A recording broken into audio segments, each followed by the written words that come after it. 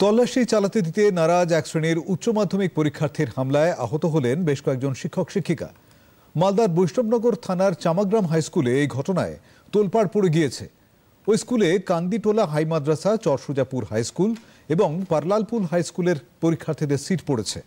আজ ইংরেজি পরীক্ষা শুরুর আগে উচ্চ মাধ্যমিক শিক্ষা সংসদের নির্দেশ মেনে পরীক্ষার্থীদের তল্লাশি চালানোর সময় এক শ্রেণীর পরীক্ষার্থী গন্ডগোল শুরু করে। হামলায় আহত ৬ জন শিক্ষককে বেদ্রাবাদ গ্রামীণ হাসপাতালে ভর্তি করা হয়। বিশাল পুলিশ বাহিনী গিয়ে পরিস্থিতি নিয়ন্ত্রণে আনে। হড়হড়ি করে একসঙ্গে সব ঢুকছিল স্টাফ রুমে, তখনই আমরা বেরিয়ে আসতে চাইছিলাম। ওই সময় টেবিলে রাখা ছিল গরম জল, সেই গরম জলটা আমার ছিটকিয়েছে হাতে এসে পড়ে।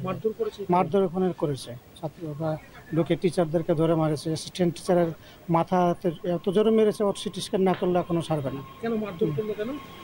ওই যে ওরা ফিক্সিং করতে দিবে না। ইনিশিয়ালি ঢোকার সময় যে চেকিং করা হয়, ওই চেকিংয়ের সময় এই সমস্যাটা হয়েছে। স্টুডেন্টরা তো ভায়োলেন্ট হয়ে গিয়েছিল যে তারা চেকিং করতে অ্যালাউ করবে না ইত্যাদি। তো সেটা খুব স্বাভাবিক প্রসেস। এক্সামিনেশনের স্যানিটিটি রাখার জন্য তো চেকিং করতেই হবে বা টেস্টিং করতেই হবে।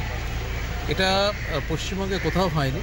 2089টা ভেন্যু রয়েছে আমাদের, তার মধ্যে একটিতেই হলো। বাকি 2088টা ভেন্যুতে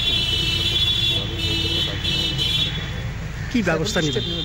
এটা আমরা ইমিডিয়েটলি প্রাথমিক রিপোর্টটা চেয়ে পাঠিয়েছি, তারপর ডিটেইল আমরা রিপোর্টটাও নেব। এবার সেই রিপোর্টের ভিত্তিতে আমাদের আমরা যে সিদ্ধান্ত নেব সেটা ডেফিনেটলি আমরা একটা অত্যন্ত ঠিকঠাকভাবেই ভেবেচিন্তেই সিদ্ধান্ত নেব, যাতে এই জাতীয় ঘটনা ভবিষ্যতে যাতে না হয়।